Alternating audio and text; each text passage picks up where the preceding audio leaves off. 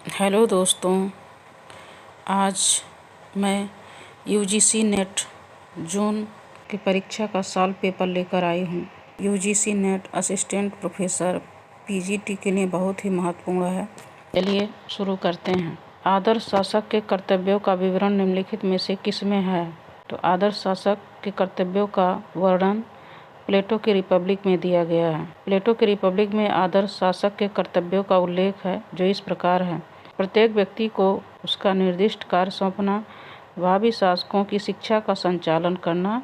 Reference है doctor BL फाड़िया, राजनीति विज्ञान के प्रोफेसर हैं। एक व्यक्ति अपने पिता की मृत्यु को भूल सकता है, परंतु पैतृक संपत्ति की हानि को नहीं। यह किसने कहा? तो मैकियावेली ने कहा। निम्नलिखित में से समुदायवादी दार्शनिक कौन है? तो माइकल सैंडल हैं। ये समुदायवादी विचारक हैं। नीचे कूट की सहायता से निम्नांकित पुस्तकों के प्रकाशन का कालानुक्रमिक क्रम बताइए।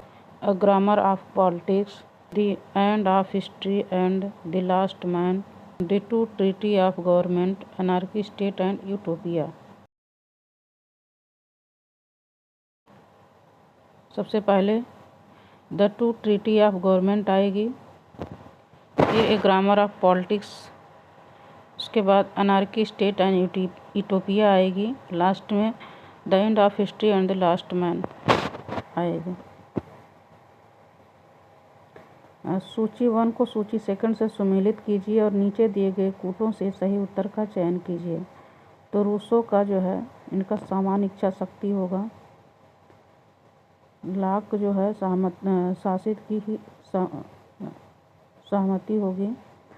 और हीगल का पृथ्वी पर ईश्वर की यात्रा, और रॉल्स का ज्ञानता का पर्दा। तो बी ऑप्शन सही होगा। नीचे दिए गए वक्तव्यों को ध्यानपूर्वक पढ़िए। निम्न कूट से सही उत्तर का चयन कीजिए। तो रॉल्स का न्याय सिद्धांत राजनीतिक एवं नैतिक दर्शन में शक्तिशाली, गहन, सूक्ष्म, व्यापक और व्यवस्थित कार्य है। एक कथन है। अभिकरण और तर्क। राजनीतिक दार्शनिकों को अब या तो रॉल्स के सिद्धांत के अंदर कार्य करना चाहिए और यह स्पष्ट करना चाहिए कि क्यों नहीं। तो इसमें ए और आर दोनों सही है और RA का सही स्पष्टीकरण है। अरविंद के लिए सच्ची राष्ट्रीयता सनातन धर्म है। सनातन धर्म से अरविंद का अभिप्राय पारस्परिक धार्मिक अनुष्ठान था। तो इसमें जो है ये सत्य है, परंतु आर्य असत्य है।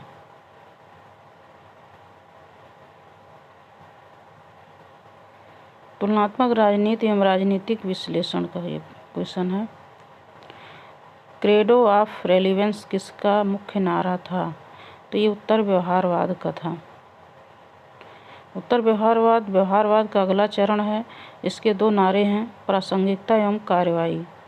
यह राज्य वैज्ञानिकों से मूल निरपेक्ष या तटस्थ भाव से अलग रहकर अध्ययन कराने के बजाय स्वयं उनको समाज एवं राज्य व्यवस्था की रक्षार्थ आगे आने के लिए आह्वान करता है। राजनीतिक सिद्धांत के पुनरुत्थान पर किसके द्वारा दृढ़तापूर्वक बल दिया गया? जॉन रॉल्स के द्वारा। जॉन रॉल्स की कृत अ थियरी ऑफ जस्टिस है। इसके प्रकाशन ने पश्चिम के महान उदारवादी सिद्धांत शास्त्रियों के वर्ग में रखा गया। इस पुस्तक में रॉल्स ने न्याय सिद्धांत का वर्णन किया। निम्नलिखित में से किसने अवधारणात्मक ढांचे में गाले चेंजिंग और लर्निंग की अवधारणा का उपयोग किया? तो कार्ल ड्यूस ने गाले चेंजिंग एवं लर्निंग की अवधारणा का उपयोग किया। कार्ल ड्यूस संचार सिद्धांत की अपनी व्याख्या का आरंभ ही संचार अभियांत्रिकी और शक्ति अभियांत्रिकी में अंतर बताने से करते हैं। निम्नलिखित में से कौन सा अमेरिकन संवैधानिक व्यवस्था का हिस्सा नहीं है? तो सामूहिक उत्तरदायित्व। सामूहिक उत्तरदायित्व अमेरिकन संवैधानिक व्यवस्था का हिस्सा नहीं है, क्योंकि वहाँ पर संसदीय शासन प्रणाली के उत्थान पर अध्यक्षात्मक शासन प्रणाली को अपनाया गया है। संसदीय शासन प्रणाली के स्थान पर अध्यक्षात्मक शासन प्रणाली को अपनाया गया है। निम्नलिखित में से कौन संसदों की जननी है? ब्रिटिश संसद। तो इसमें ब्रिटिश संसद सही होगा। ब्रिटिश संसद कानून निर्माण की सामान्य प्रक्रिया के आधार पर ही सभी विषयों के संबंध में कानून का निर्माण कर सकती है और इसके द्वारा निर्मित कानून को किसी के द्वारा चुनौती भी नहीं दी जा सकती। द्वितीय सदन के सदस्यों का चुनाव किस देश में इकाई के लोगों द्वारा किया जाता है? तो यूएसए, संयुक्त राज्य अमेरिका में। निम्नांकित में से किसने एक पार्टी व्यवस्था को व्यापक एक पार्टी व्यवस्था और संकीर्ण एक पार्टी सत्तावादी एक पार्टी व्यवस्था में वर्गीकृत किया?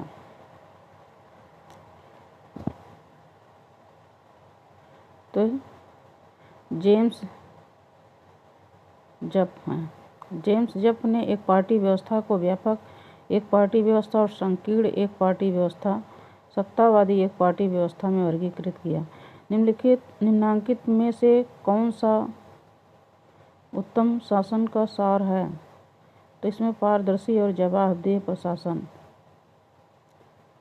नीचे दिए गए कूट की सहायता से राजनीति विज्ञान में निम्नांकित सिद्धांत उपागमों के उद्भव का कालानुक्रमिक अनुक्रम बताइए।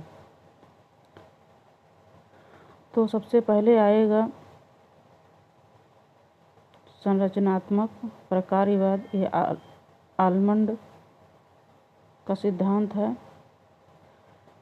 फिर उत्तर व्यवहारवाद, डेविड स्टन। फिर समुदायवाद, सेंडल, वाल्जर, टेलर। फिर नव उदारवाद आएगा। सूची 1 को सेकंड से सुमेलित कीजिए और नीचे दिए गए कूटों से सही उत्तर का चयन कीजिए। तो इनपुट आउटपुट विश्लेषण, संभ्रांत वर्ग का संचरण, अल्पतंत्र का लौह नियम, संरचनात्मक प्रक्रियात्मक उपागम। तो इसमें जो है ऑप्शन सी सही होगा। आगत निर्गत विश्लेषण डेविड स्टन का है। संभ्रांत वर्ग का संचरण पेरेटो, अल्पतंत्र का लौह नियम रॉबर्ट मिशेल, संरचनात्मक प्रक्रियात्मक उपागम गैब्रियल आलमंड। सूची फर्स्ट को सेकंड से सुमेलित कीजिए और दिए गए कूटों से सही उत्तर का चयन कीजिए। तो इसमें ए सही होगा। डेविड स्टन का है राजनीतिक व्यवस्था, पॉलिटिकल सिस्टम। सी राइट मीन्स पावर, एलिट शक्ति, अभिजन है इनका। GDH कोल गिल्ड समाजवाद और डेरिडा उत्तराधुनिकतावाद। 19 से 20 दिए गए वक्तव्यों को ध्यानपूर्वक पढ़कर निम्न कूट से सही उत्तर का चयन कीजिए। तो अभिकरण है राजनीतिक आधुनिकता को सामाजिक लामबंदी और आर्थिक विकास का परिणाम समझा जाता है। तर्क है सामाजिक लामबंदी और आर्थिक विकास दोनों विकासशील देशों में काफ़ी दृष्टिगोचर होते हैं। तो इसमें ए सत्य है परंतु आर असत्य है। अभिकरण क्वेश्चन नंबर 20 है। तो अभिकरण संप्रेषण सिद्धांत सरकार को सूचना प्रवाह पर आधारित निर्णय व्यवस्था के रूप में लेता है। यह साइबरनेटिक्स मॉडल पर आधारित है। तो इसमें दोनों सही है। वीनर ने संदेश सिद्धांत, साइबरनेटिक्स तथा फीडबैक सिस्टम के आधार पर संचार सिद्धांत का विकास किया। यह सिद्धांत प्रशासन और राजनीति के कुछ निश्चित लक्ष्यों की प्राप्ति के लिए संचालन और समायोजन की प्रक्रिया की उपयोगिता को उस अर्थ में देखता है जिसमें संचार वाहन को स्टीयरिंग के द्वारा अभिषिक्त लक्ष्य की ओर तेजी से दौड़ाया जा सकता है।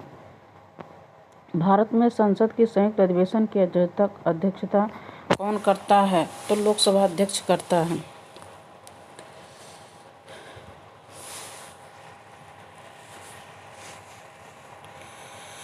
न्यूनतम जनसंख्या बताइए जिसके नीचे संविधान के 73वें संशोधन अधिनियम के प्रावधान के अनुसार मध्यस्थ स्तर पर पंचायतों का गठन नहीं किया जा सकता। 20 लाख। निम्नांकित में से कौन स्वराज पार्टी से संबंधित था? सरदार वल्लभ भाई पटेल।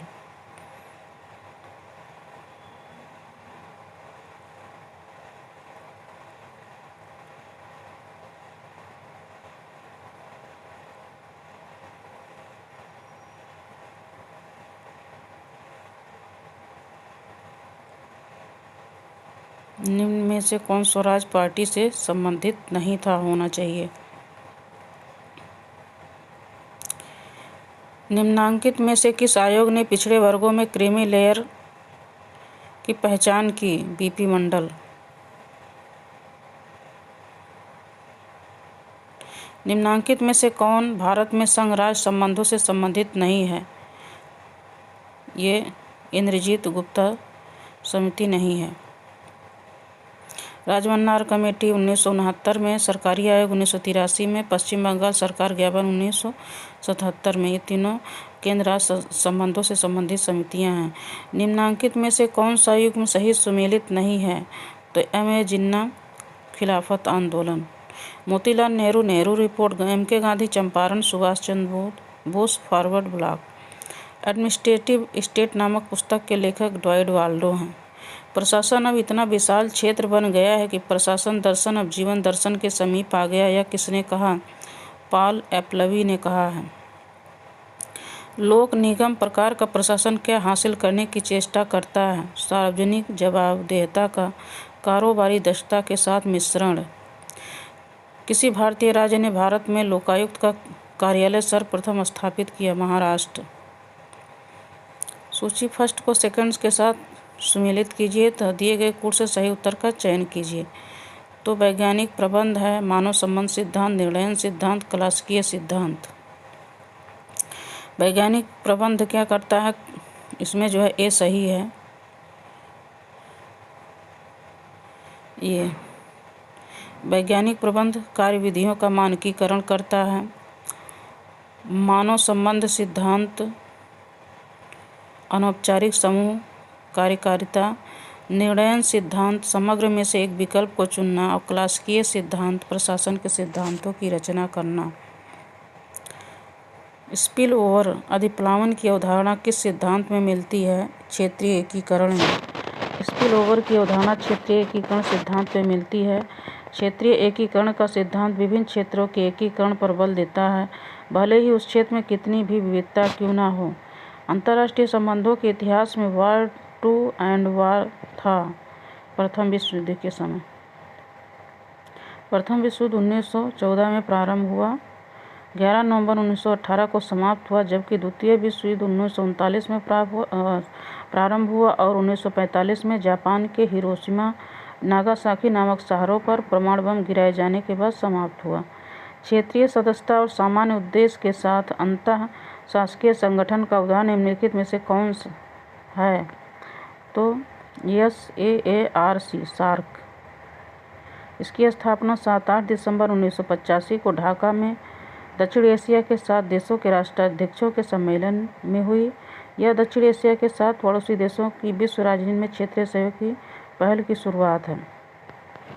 निम्नांकित में किसने नव न्याय संगत युद्ध सिद्धांत नियो जस्ट वॉर डॉक्ट्रिन प्रतिपादित किया? जॉर्ज बुश ने। शक्ति संतुलन के सिद्धांत का लक्ष्य क्या है? यथापूर्व स्थिति। इसमें भी फर्स्ट को सेकंड से सुमेलित कीजिए और दिए गए कोड से सही उत्तर का चयन कीजिए। तो इसमें डी सही है। सामाजिक संबंध गिडेंस। विश्व अर्थव्यवस्था का एकीकरण गिडपिन। क्षेत्रीयकरण सोल्टे। समय क्षेत्र दबाव हार्वे।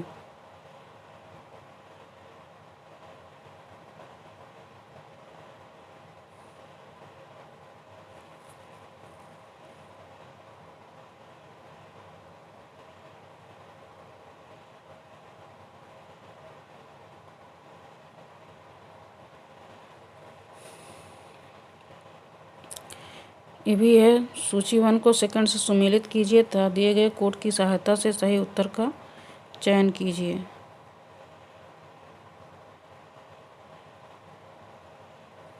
एक क्वेश्चन छूट गया 38 नंबर का। वैश्विक सदस्यता एवं सामान्य उद्देश्य संगठन, क्षेत्रीय सदस्यता और सामान्य उद्देश्य संगठन, क्षेत्रीय सदस्यता और सीमित उद्देश्य संगठन, वैश्विक सदस्यता और सीमित उद्देश्य संगठन। तो इसमें जो है ए सही है। वैश्विक सदस्यता एवं सामान्य उद्देश्य संगठन ये यूएनओ का है। क्षेत्रीय सदस्यता और सामान्य उद्देश्य संगठन ये यूरोपीय यूनियन का है। क्षेत्रीय सदस्यता और सीमित उद्देश्य संगठन NATO का है। वैश्विक सदस्यता और सीमित उद्देश्य संगठन ILO का है। ये भी सूची 1 को सेकंड से सम्मिलित कीजिए तथा दिए गए कोड की सहायता से सही उत्तर का चयन कीजिए। तो रीगा की सूक्ति, इसमें ऑप्शन 1 सही है। रीगा की सूक्ति शीत युद्ध का उद्भव, सिनाट्रा सिद्धांत का उपयोग, पूर्वी यूरोपियन मित्र राष्ट्र, माल्टा सम्मेलन। रीगा की सूक्ति जो है शीत युद्ध का उद्भव, सिनाट्रा सिद्धांत, पूर्वी यूरोपियन मित्र राष्ट्र, माल्टा सम्मेलन, शीत युद्ध का अंत और जिनेवा प्रोटोकॉल रासायनिक शस्त्रों का अवैध घोषित करना। क्वेश्चन नंबर 40, ये भी 1 को सेकंड से सुमेलित करना है और दिए गए कोड से सही उत्तर का चयन करना है। तो गोवा की स्वतंत्रता, इसमें ऑप्शन बी सही है। गोवा की स्वतंत्रता 1961, आंतरिक आरोपण 1975, इंदिरा गांधी की मृत्यु 1984 और पोखरण विस्फोट 1974। निम्नलिखित सिद्धांतों के उद्घोषित होने का सही क्रम बताइए। तो इसमें डी सही है। सबसे पहले आएगा मुनरो सिद्धांत, फिर ट्रूमैन सिद्धांत, फिर आइजनहावर सिद्धांत, उसके बाद निक्सन सिद्धांत। यूएनओ के निम्नलिखित सेक्रेटरी जनरलों को उनकी नियुक्ति के समय के क्रम में व्यवस्थित कीजिए। तो इसमें ऑप्शन सी सही है। सबसे पहले ट्रिगवेली, दूसरा डैग हैमरशोल्ड, फिर यूथांड, फिर कुर्ट वाल्डहीम।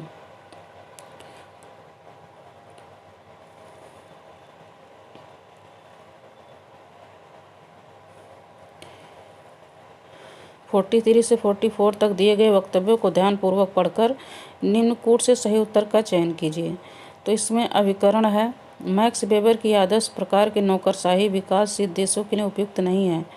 बिवेरियन नौकरशाही में नियमों और विनियमों की बहुत अधिकता है। तो इसमें AR दोनों सही है और RA का सही स्पष्टीकरण है। भारत नाभिकीय शस्त्र राज्य है। भारत ने NPT पर हस्ताक्षर नहीं किए। इसमें AR दोनों सही है तथा R एक ही सही व्याख्या नहीं करता। भारत, फ्रांस, चीन, ब्राज़ील ने NPT पर हस्ताक्षर नहीं किए। NPT संधि का पूरा नाम नॉन प्रोलिफरेशन ट्रीटी है। यह संधि सन 1968 में की गई तथा इस संधि का मुख्य उद्देश्य वैश्विक स्तर पर परमाणु शस्त्रों के प्रसार को रोकना है।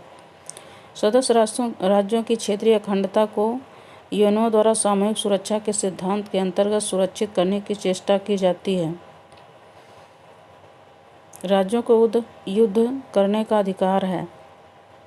ये सही है परंतु R गलत है।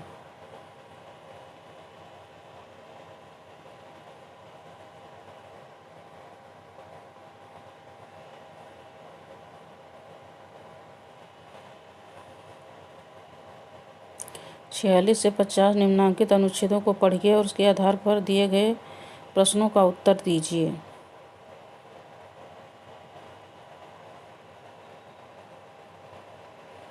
तो इसमें शीत युद्ध के बारे में दिया गया है, आप लोग पढ़ लीजिएगा। इसमें लेखक का मुख्य सरोकार किससे है? तो वैश्विक एवं व्यापक सुरक्षा से है। वैश्विक सुरक्षा को आज सबसे बड़ा खतरा किससे है? तो गैर राज्यकर्ता और नाभिकीय शस्त्रों से है, आतंकवाद से है। परिच्छेद के अनुसार कौन से देश अपने प्रभाव को विस्तृत करने की चेष्टा करते हैं? चीन, भारत, रूस। लेखक निम्नांकित युग्मों में से किसे समानार्थक समझता है? नाभिकीय और पारस्परिक शस्त्र। परिच्छेद में दी गई सामग्री किसके लिए तर्क में बेहतर उपयोग किया जा सकता है? बहुपक्षीय सुरक्षा के लिए।